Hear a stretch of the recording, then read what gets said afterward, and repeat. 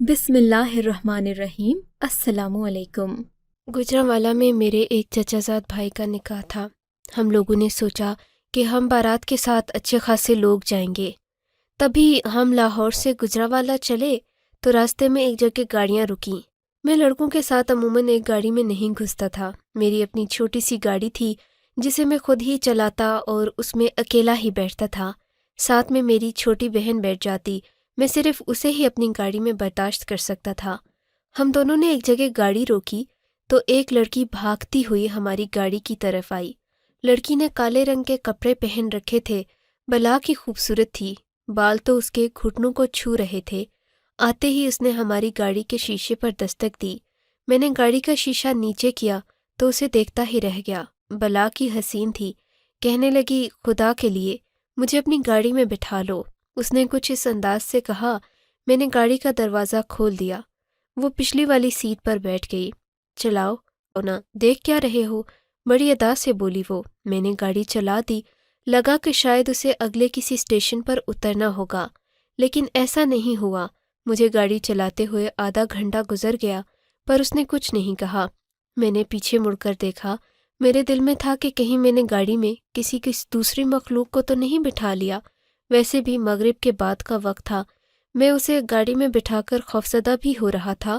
اوپر سے اس نے کالے رنگ کے کپڑے پہن رکھے تھے۔ محترمہ، آپ کو کہاں اترنا ہے؟ میں نے اس سے پوچھا تو وہ رونے لگی۔ آپ ایسا تو مت کہیں، میں آپ کی گاڑی میں بیٹھی آپ کو بری لگ رہی ہوں کیا؟ نہیں، بری اور اچھی لگنے کی بات نہیں، پر آپ میری گاڑی میں بیٹھی ہیں، آپ کو کہیں اترنا ہوگا۔ نہیں، مجھے کہیں نہیں اترنا، مجھے خدا کے لیے اپنی گاڑی میں رہنے دیں۔ بی بی، گاڑی میں تو رکھ لوں پر تمہیں کہیں تو جانا ہوگا۔ نہیں، مجھے کہیں نہیں جانا، میری کوئی منزل نہیں ہے۔ اگر آپ کو مجھے کہیں نکالنا ہی ہے تو مجھے زہر دے۔ اس لڑکی کی جذباتی باتیں سن کر میں خاموش ہو گیا۔ سوچا کہ چلو تنگ آ کر خود ہی گاڑی سے اتر جائے گی۔ میری بہن نے بھی مجھے اشارہ کیا کہ یہ خامخواہ کی نوٹنکی کر رہی ہے، اس کو بیٹھے رہنے دو، نہتی لڑکی ہے، کیا کر لے گی۔ ہم لوگ بارات لے کر گجرانوالہ پہنچ گئے تھے۔ بارات کے ساتھ اور بھی کافی سارے لوگ تھے۔ گاڑی وہ چوری کر کے لے کے نہیں جا سکتی تھی کیونکہ گھر کے دروازے سارے بند ہو چکے تھے، پارکنگ میں گاڑیاں کھڑی تھیں اور کسی صورت بھی وہ میرے ساتھ کوئی چالاکی نہیں کر سکتی تھی۔ ہم لوگ لڑکی والوں کے گھر پہنچے، نکاح ہوا اور پھر ہم کھانا وغیرہ کھا کر واپس آئے۔ میں نے دیکھا وہ لڑکی اسی طرح گاڑی میں بیٹھی رو رہی تھی۔ مجھے لگا کہ واقعی بیچاری بے بس اور لاچار لگ رہی ہے۔ میں نے جا کر شادی کے ہال سے کھانا لایا اور اس کو ایک پلیٹ کھانے کو تھما دی۔ یہ لو، کھانا کھاؤ اور رونا بند کرو، بتاؤ کہ کیا ہوا ہے۔ میں گاڑی کی اگلی سیٹ پر بیٹھ کر اس سے دریافت کرنے لگا مگر وہ مسلسل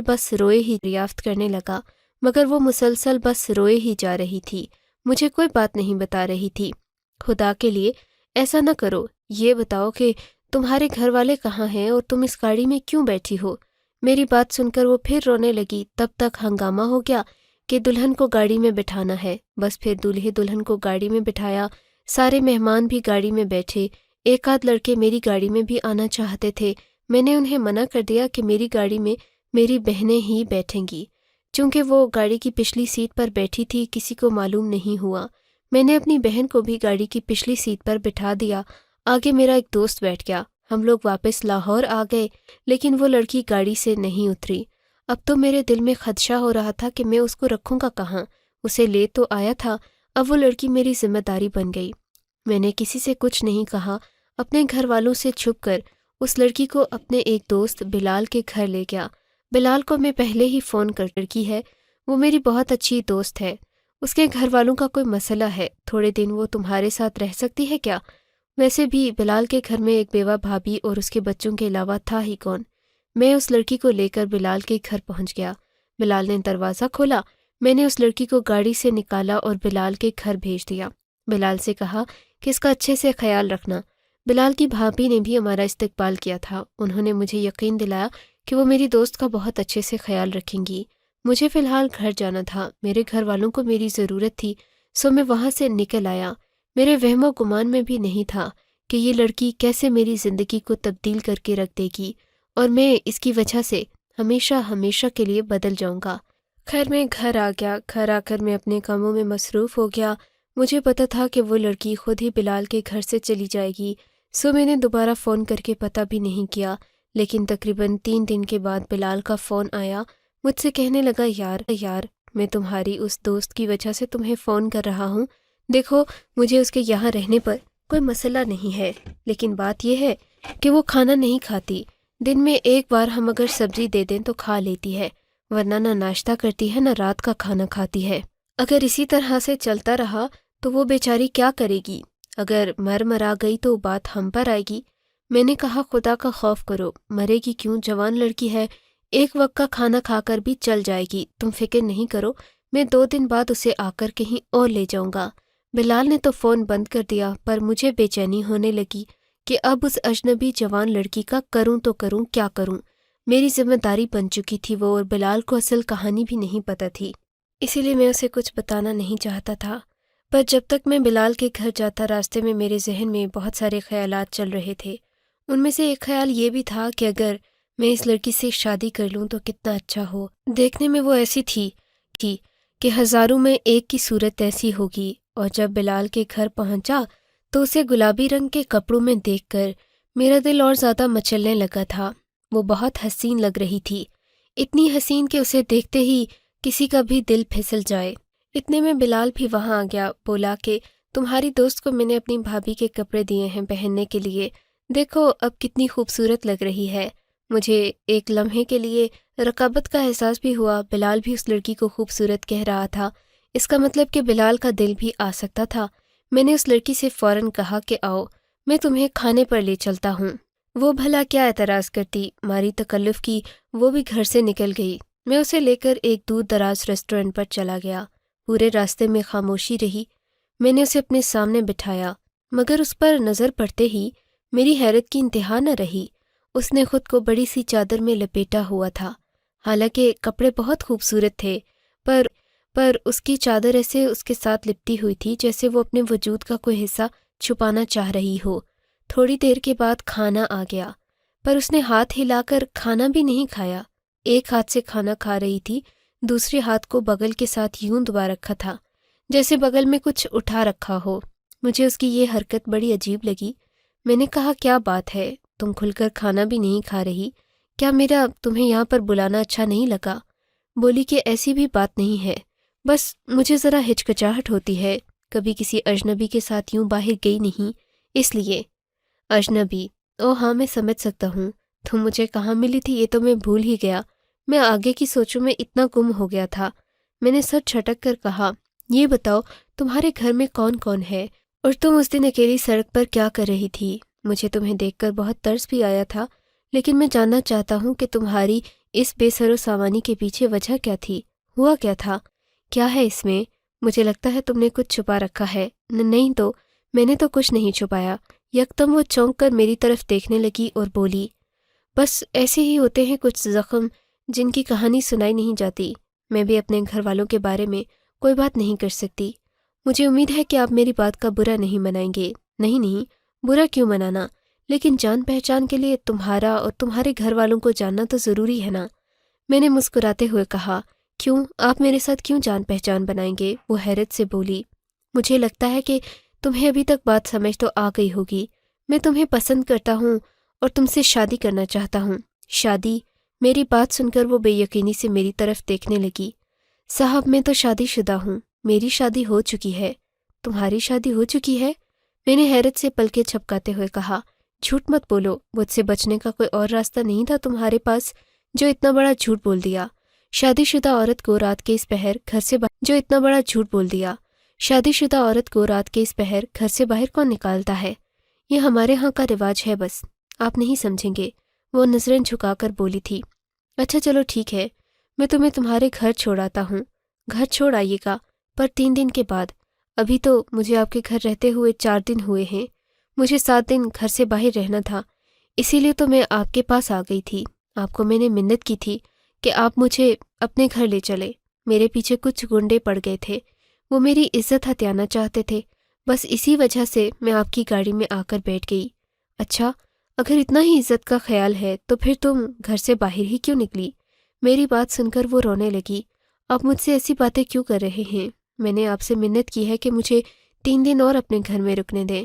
مجھے شاید اسی بات کا دکھ تھا کہ وہ پہلے سے شادی شدہ ہے، اس نے مجھے بیوقوف بنایا، خواہ کی امیدیں دی مجھے، لیکن قصور اس کا بھی نہیں تھا۔ امیدیں تو میں نے خود ہی دل میں پائی تھیں، اس نے ایسا کوئی اشارہ تو نہیں کیا تھا۔ میں نے اپنی بہن کو بھی اس بارے میں کچھ نہ بتایا تھا۔ میری بہن کو بس یہی لگا تھا کہ ہم نے راستے میں کسی کی مدد کی، اس کے بعد کیا ہوا وہ نہیں جانتی تھی، لیکن میرے لیے اب وہ لڑکی بہت زیادہ اہم ہو چکی تھی۔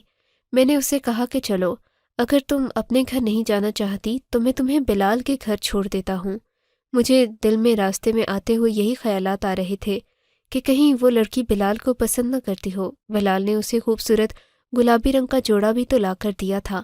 لگتا ہے کہ دونوں ایک دوسرے کو پسند کرنے لگے ہیں اور مجھے اب کباب میں ہڈی سمجھ رہے ہیں۔ اسی وجہ سے میرا خون کھول رہا تھا، لیکن میں نے اسے کچھ نہیں کہا۔ میں ہرگز اسے یہ بات محسوس نہیں کروانا چاہتا تھا کہ مجھے اس کی کوئی بھی بات بری لگی ہے۔ میں نے اسے بلال کے گھر چھوڑا، پھر بلال کا رویہ دیکھ کر مجھے لگا جیسے وہ بھی میری طرح اسے چاہنے لگا ہے۔ بلال کی بھابھی مجھے پسند کرتی تھیں، مجھے ہمیشہ گھر آنے کی کہنے لگیں کہ آج تم یہیں پر رک جاؤ، تم یہاں رہو گے تو مجھے اچھا لگے گا اور تمہاری دوست بھی تو یہیں ہے۔ میں ان کی بات سمجھ گیا تھا، اسی لیے میں نے کہا کہ ٹھیک ہے، آج رات کو میں یہیں رک جاتا ہوں۔ میرے دل میں عجیب سے خیالات آ رہے تھے کہ شاید وہ لڑکی جس کا نام ابھی تک مجھے معلوم ہی نہیں تھا میرے دوست بلال کو پسند کرتی ہو۔ رات کو اسی وجہ سے مجھے نیند نہیں آئی۔ میں صحن میں چارپائی ڈال کر لیٹا ہوا تھا۔ گرمی کا بہانہ بنا کر میں باہر سو گیا، حالانکہ سردی شروع ہو چکی تھی۔ بلال اپنے کمرے میں تھا۔ رات کے کسی پہر مجھے ہلکی سی آہٹ کا احساس ہوا۔ میری نظر اس کے کمرے کی طرف گئی۔ وہ اپنے کمرے سے کسی ہولے کی مانند باہر آئی۔ اس نے خود کو کالی چادر میں ڈھانپ رکھا تھا۔ میں اسے دیکھ کر سمجھ گیا کہ وہ رات کے اس پہر کہیں باہر جا رہی ہے، اور ایسا ہی ہوا۔ وہ غسل خانے میں جانے کی بجائے بیرونی دروازے کی طرف بڑھنے لگی۔ لڑکی سے محبت کرنے سے پہلے اس کے کردار کو جانچنا ضروری ہوتا ہے۔ میں بھی اسی سوچ کے تہنا چاہتا تھا۔ دروازے کو ہلکی سی آہٹ کے ساتھ کھول کر وہ گھر سے باہر نکل گئی۔ میں اس کا پیچھا کرنے لگا۔ کرتے کرتے وہ گھر سے کافی دور چلی گئی۔ اس گھر کے پاس ایک جھیل تھی اور پھر وہ لڑکی جھیل کے کنارے کھڑی ہو گئی۔ آگے کا منظر میں دیکھنے کے قابل نہیں تھا۔ یا اللہ، یہ میں کس سے محبت کر بیٹھا ہوں؟ مجھے لگا کہ میں نے سب سے بڑی غلطی کر دی ہو۔ وہ ایسی نکلے گی، اس کی یہ حقیقت ہوگی۔ میں نے تو سوچا بھی نہیں تھا۔ کوئی اتنا جھوٹ کیسے بول سکتا ہے؟ اتنی غلط فہمی میں دوسرے کو کیسے رکھ سکتا ہے؟ میں نے اسے جب یہ سب کرتے دیکھا تو میرے پاؤں تلے سے زمین نکل گئی۔ ٹھنڈی رات میں بھی مجھے پسینہ آنے لگا۔ مجھے بہت برا لگ رہا تھا کہ اس نے اپنی حقیقت کو مجھ سے چھپایا۔ پھر جیسے ہی وہ مڑنے لگی، میں اس سے پہلے واپس گھر پہنچ گیا تھا۔ ظاہر ہے راستے میں اس نے اور کچھ نہیں کیا ہوگا۔ میرے گھر میں داخل ہونے اور چارپائی پر لیٹتے ہی 2 منٹ کے بعد وہ بھی گھر میں داخل ہو گئی۔ اس نے مجھے گھر آتے ہوئے نہیں دیکھا تھا شاید، ورنہ اتنے سکون سے وہ گھر نہ داخل ہوتی، بلکہ تھوڑا بہت ڈر اس کو ہوتا۔ وہ واپس اپنے کمرے میں چلی گئی۔ میں بے چین ہونے لگا۔ اب اگر اسے بلال ہی شادی کر لیتا ہے تو کر لے، مجھے کوئی اعتراض نہیں۔ میں دل ہی دل میں اس کی محبت کو اتار کر پھینکنا چاہتا تھا، پر کمبخت وہ بہت خوبصورت تھی۔ اب میں پوری رات سوچنے لگا کہ میں کیا کروں گا۔ اس سے شادی کروں، اسے اپناؤں، محبت کروں، یا پھر بلال کے رحم و کرم پر چھوڑ دوں۔ اس کی نوبت نہیں آئی۔ 2-1 دن گزرے تو بلال نے مجھے فون کر کے کہا کہ وہ لڑکی واپس اپنے گھر جانا چاہتی ہے، تم آ کر اسے لے جاؤ۔ اس کا مطلب یہ کہ بلال کی اس کے ساتھ کوئی بے تکلفی نہیں تھی۔ میں نے دل میں سوچا۔ خوش ہو کر میں نے اپنے کپڑے پہنے، اچھی طرح تیار ہو کر پرفیوم لگایا اور اسے لینے کے لیے نکل پڑا۔ میں پرسوں رات والی بات کو بھول چکا تھا۔ میں مزید اس کے بارے میں کچھ منفی بات سوچنا نہیں چاہتا تھا۔ راستے میں نے اچھے سے پھول بھی لیے، گاڑی کی پچھلی سیٹ پر رکھ دیے۔ میں نے اسے بلال کے گھر سے پک کیا، گاڑی میں بٹھایا۔ میں نے کہا کہ میں آپ کا انتظار کر رہا تھا۔ اس نے بھی کسی مسکراہٹ کے علاوہ مجھے اور کچھ نہیں دیا۔ کہنے لگی کہ آپ بس مجھے میرے گھر لے چلیں۔ آپ کا گھر کون سا ہے؟ آپ مجھے بتائیں، میں آپ کو وہیں پہنچا دوں گا۔ میں نے سنجیدگی سے کہا، مجھے یاد آ گیا تھا کہ وہ تو شادی شدہ ہے۔ اچھا، تو کیا آپ اپنے شوہر کے پاس واپس جائیں گی؟ میں نے کہا تو اس نے کوئی جواب نہیں دیا۔ میں آپ کو بتا دوں گی کہ مجھے کہاں جانا ہے۔ اگر آپ نے اپنے شوہر کے گھر جانا ہے تو پھر میں آپ کو گھر سے تھوڑا دور اتار دوں گا، ایسا نہ ہو کہ آپ کے شوہر مجھے دیکھ کر غصہ کریں۔ وہ تنزیہ سی ہنسنے لگی اور بولی، ایسا کچھ نہیں ہے، میں جہاں بھی جاؤں گی آپ دروازے تک میرے ساتھ آئیے گا۔ آپ کا بہت بہت شکریہ آپ کی، لیکن فی الحال میں دارالامان جانا چاہتی ہوں۔ تقریباً 2-3 کلومیٹر چلنے کے بعد اس نے مجھ سے کہا تھا۔ میں حیران ہو گیا، دارالامان؟ مگر آپ دارالامان میں کیوں جانا چاہتی ہیں؟ آپ نے تو کہا تھا کہ آپ شادی شدہ ہیں۔ جی میں شادی شدہ ہوں، پر اب اپنے شوہر کے ساتھ نہیں رہنا چاہتی۔ نہیں رہنا چاہتی تو پھر آپ مجھے پہلے بتا دیتی، میں آپ سے شادی کرنا چاہتا تھا۔ میں جانتی ہوں آپ میری حقیقت جان چکے ہوں گے، آپ مجھ سے بھلا کیوں شادی کریں گے؟ میں شادی کر سکتا ہوں اگر آپ خود کو تبدیل کر لیں تو، میں نے سنجیدگی سے کہا تھا۔ چلیں آپ پہلے مجھے دارالامان تو لے کر چلیں، اگر وہاں مجھے جگہ نہ ملی تو آپ کے گھر پناہ لینے کا سوچوں گی۔ اس نے تنزیہ سی ہنسی کے ساتھ کہا تو میرا دل کٹ کر رہ گیا۔